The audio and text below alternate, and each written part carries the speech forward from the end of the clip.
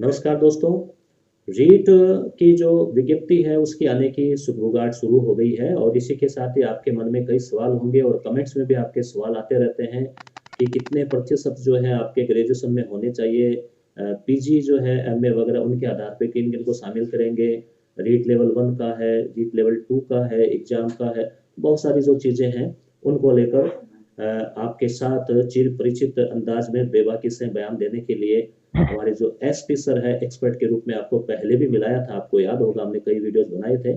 तो ऑनलाइन जो है हमारे साथ में जुड़ चुके हैं। एसपी सर आपका चैनल पर स्वागत है। बहुत बहुत आपका जो है तहे दिल से इस्तकबाल करते हैं। सभी को मेरा नमस्कार। जी सर।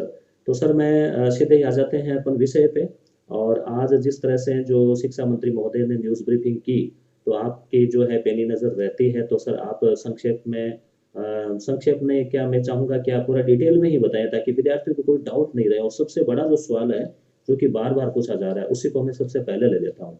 तो सवाल सर जी। ये है कि जो 50% वाला मैटर है, 50 और 45 जनरल के हम्म। लिए, 50 और कैटेगरी बाकी के लिए, तो उनको वो किन किन को शामिल करेंगे और जो एमए है या पीजी वाला जो आधार है तो वो क्या है सर, पूरा समझाइए उसको जी। स्टूडेंट्स को। जी।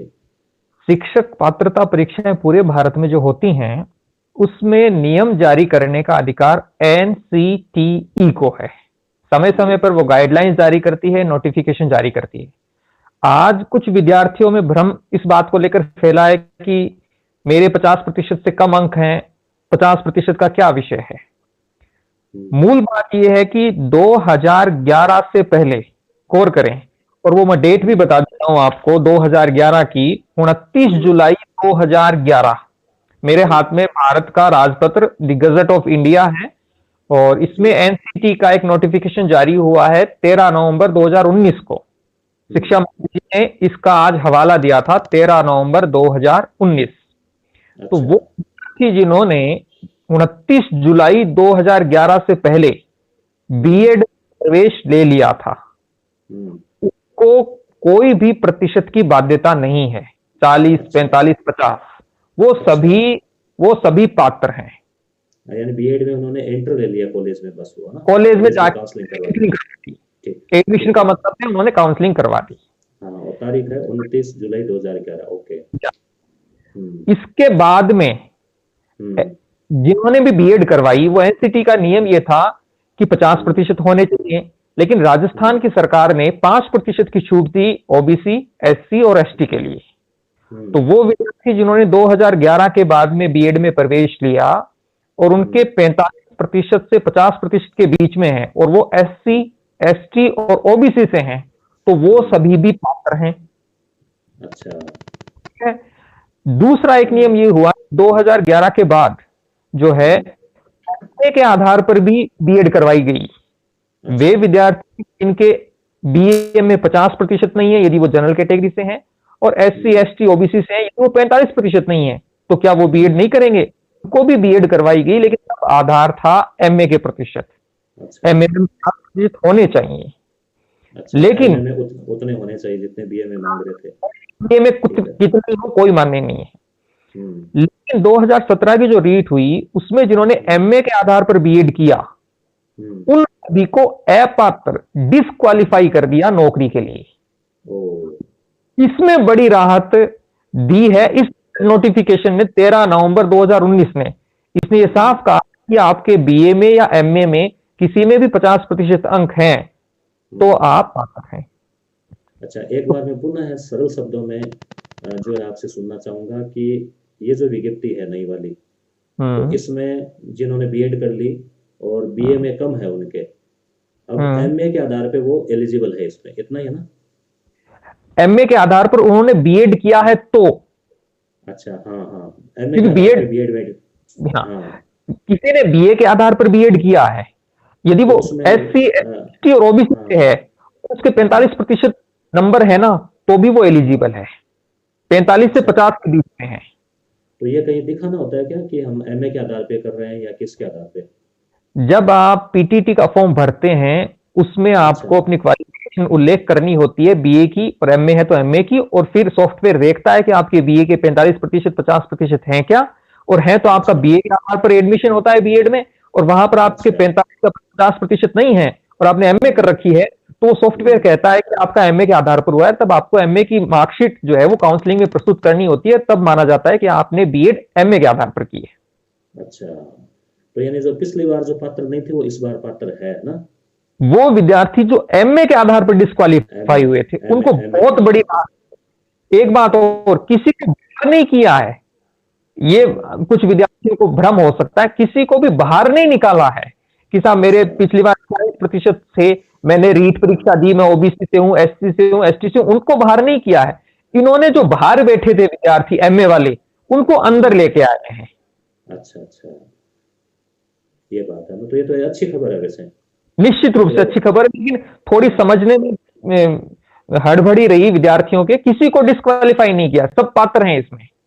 अच्छा, और जिन्होंने जो भी, एक, हाँ, मुझे लगता है, और हालांकि बहुत गहराई से देखना पड़ेगा, मुझे लगता है जिन्होंने भी बीएड कर रखी है वो सारे पात्र हो जाएंगे। अच्छा, ऐसा एक ही मानते वाक्य हो में आप? दिखा कि जिसने अच्छा बीएड की है वो पात्र है। अच्छा। ये 13 नवंबर 2019 का गजट नोटिफिकेशन है जो उन विद्यार्थियों के लिए संजीवनी है। हम्म। जी। दूसरा सवाल सर ये है कि जो L1 है उसमें काफी हाँ। पहले चल रहा था कि बीएड वाले शामिल होंगे या नहीं होंगे, अब इसका क्लियर क्या स्थिति आ गई है आज की डेट में? जी, शिक्षा मंत्री जी का जो प्रेस ब्रीफिंग थी उसमें उन्होंने साफ हम्म कहा है कि हम्म L1 में बीएसटीसी, वर्तमान में जिसको हम्म डीएलएड कहते हैं, हरियाणा में जिसको हम्म जेबीटी कहते हैं, अलग राज्यों में अलग हम्म नाम है, केवल वे ही L1 में शामिल होंगे। ये हम्म कथन है शिक्षा मंत्री जी महोदय के, और हम्म शायद जो एडवर्टीजमेंट आएगा उसमें भी साफ उल्लेख होगा कि इसमें केवल L1 वाले शामिल हो सकते हैं। हालांकि इस पर बहुत बड़ी विवाद है, बहुत बड़ी डिबेट हो सकती है, लेकिन उसके एडवर्टीजमेंट जिस दिन आएगा मुझे लगता है उस दिन ये साफ होगा कि L2 में बीएड वाले, L1 में बीएसटीसी वाले।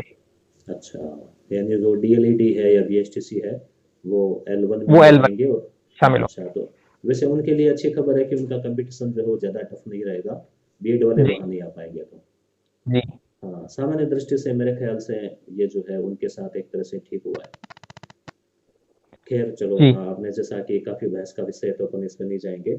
अगला जैसे जो फॉर्म है वो कब से शुरू हो रहे हैं, क्या लास्ट डेट रहेगी, प्रवेश पत्र वगैरह का कुछ डेट वेट आई थी तो उसके डाटा आप विद्यार्थियों को बताइए। शिक्षा मंत्री जी के कथन के अनुसार जी। 11 जनवरी से फॉर्म भरने शुरू होंगे, 8 फरवरी अच्छा। तक फॉर्म चलेंगे, 14 जी। अप्रैल को आपके प्रवेश पत्र अपलोड हो जाएंगे, 25 जी। अप्रैल को परीक्षा होगी। परीक्षा 2 चरणों में होगी। सुबह की जो हम्म परीक्षा होगी वो L2 की होगी, 10 से लेकर 12:30 बजे तक, अर्थात 2.5 घंटे का पेपर होगा, और जी। 2.5 घंटे का ही होता आया है। उसके अच्छा। अलावा जो L2 का पेपर है वो दोपहर की हम्म पारी में होगा। अच्छा, तो इस हिसाब से जो एक सवाल कई विद्यार्थी पूछ रहे थे कि पटवार का एग्जाम आगे किसका है, तो हम्म। कहीं रीट पे कोई ऐसी शंका, तो जैसे डेट आपने पूरी बता दी है शिक्षा मंत्री महोदय के अनुसार, तो क्या गुंजाइश इसमें कोई आपको लग रही है?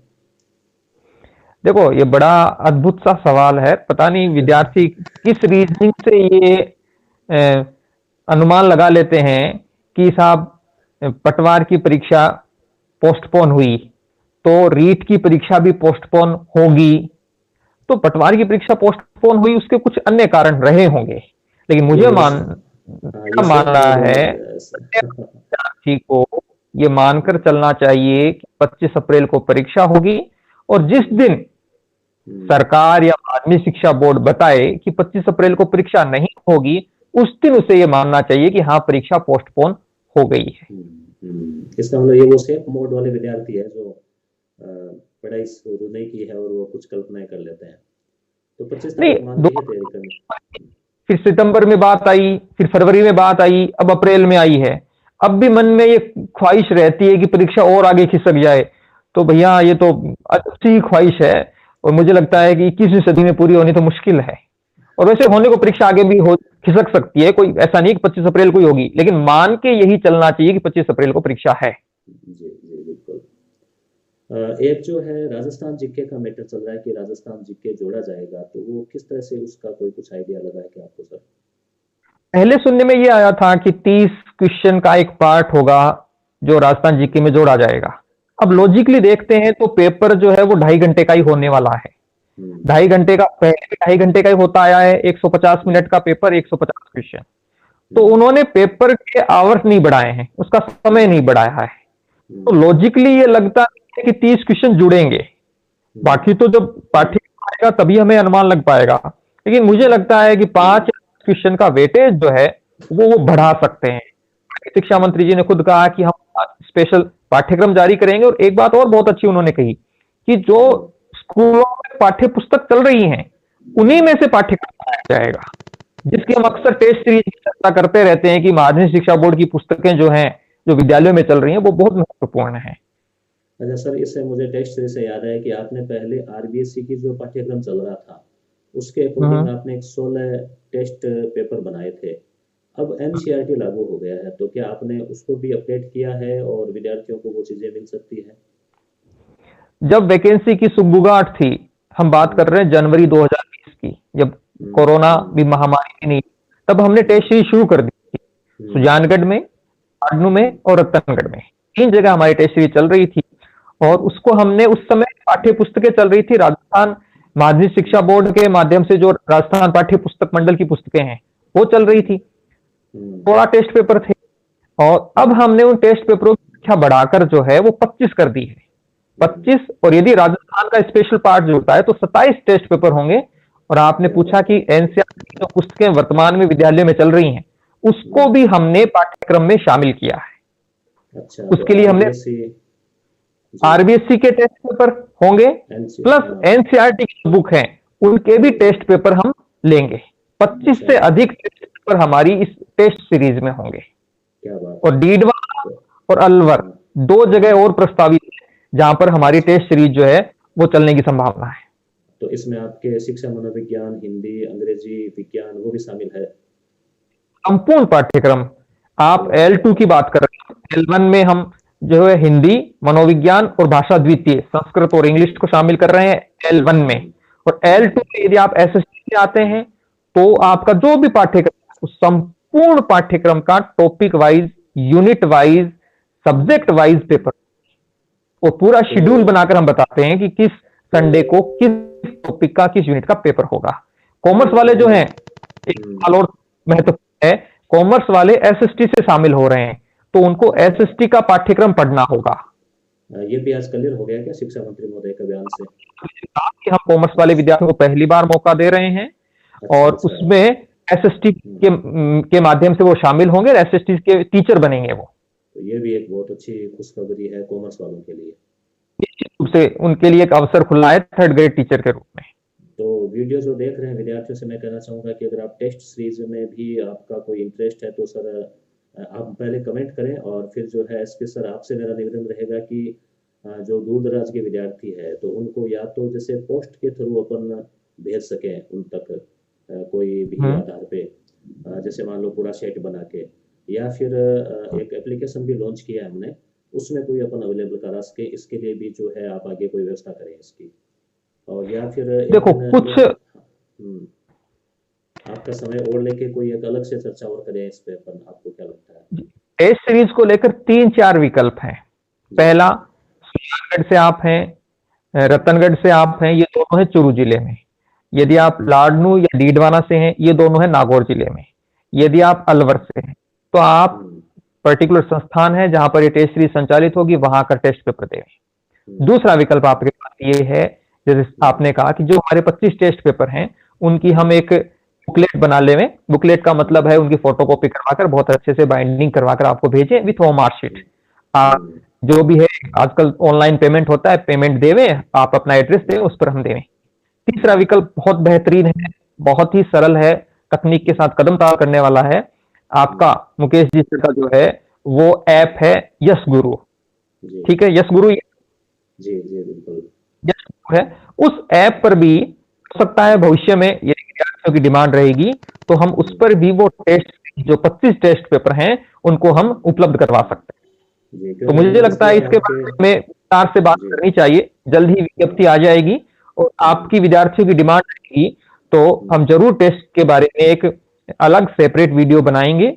और टेस्ट सीरीज में हम खूब मेहनत कर दें। आप यदि कोई भी सैंपल भी आपको यस गुरु जो ऐप है उस पर हम जल्द ही अपलोड करेंगे। आप हमारे टेस्ट सीरीज के सैंपल पेपर को देखें और मैं कहता हूं कि हमारा मूल्यांकन करें, हमारे क्वेश्चनों का मूल्यांकन करें कि उनकी गुणवत्ता क्या है, उनका स्तर क्या है। और एक बात मैं कह देता हूं कि हमने वो पेपर बनाए हैं, ऐसा नहीं कोई गाइड उठा ली उससे पेपर बनाए हैं।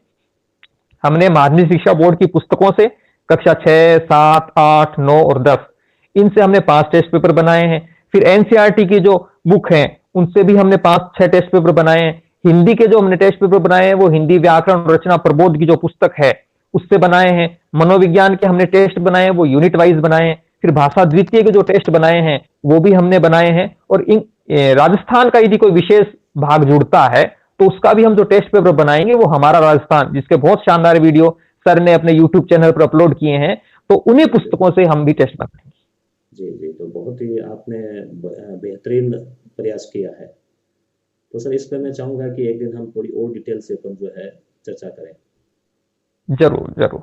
जी सर, अगला सवाल मेरा रहेगा, जो 90-10 वाला है उसको भी फाइनल कर दिया गया होगा, इसका भी कुछ आया आज? हाँ, 90% रीट के जुड़ेंगे, 10% आपके स्नातक के जुड़ेंगे और इसी के आधार पर आपकी नौकरी लगने वाली मेरिट बनेगी। तो सर लगभग जो सभी सवाल है वो कवर हो गए हैं, चाहे वो 50% वाला हो, चाहे L1 वाला हो, 90-10 का हो, राजस्थान जीके का हो, एग्जाम फॉर्म से लेके और एग्जाम कब तक होंगे, क्या होंगे, उन सब चीज़ों पे जो है आपने बहुत ही जो आपने एकदम बारीकी से विश्लेषण करते हुए आपने विद्यार्थियों तक अपनी बात पहुंचाई है, आपने अपना समय दिया है, इसके लिए आपका बहुत बहुत धन्यवाद और आभार प्रकट करता हूं मैं। और मैं चाहूँगा कि आप एक बार पुनः है जो टेस्ट सीरीज है उसको लेके आप एक बार पुनः है प्रकट होंगे और आप कोई विद्यार्थियों को तैयारी के चलते कोई संदेश देना चाहें तो आप बताइए सर। निश्चित रूप से टेस्ट सीरीज को लेकर हम पुनः एक बार आपके सामने आएंगे, विस्तार से बात करेंगे। एक ही बात अंत में कहूंगा, रीट के माध्यम से नौकरी लगनी है तो 25 अप्रैल को परीक्षा होगी, ये मानकर तैयारी में जुट जाएं। जिस भी तरीके से आप तैयारी करते हैं और तैयारी करें तो अपनी तैयारी का मूल्यांकन अवश्य करें। कहां पर जो टेस्ट सीरीज ज्वाइन करें, ऑनलाइन करें, ऑफलाइन करें, आप यस गुरु ऐप जो है मुकेश जी सर का उस पर करें, हमारे 5 शहरों में होने वाली टेस्ट सीरीज वहां करें, कहीं पर भी करें, लेकिन अपनी तैयारी का निरंतर मूल्यांकन करें और एग्जाम अप्रैल में होगी ये मानकर आप तैयारी में जुट जाएं। जल्द ही मिलेंगे पुनः। जी धन्यवाद सर। जैसे विज्ञप्ति आएगी तो एक बार हम उसका विश्लेषण करने के लिए आपसे और रूबरू होंगे। धन्यवाद। Thank you.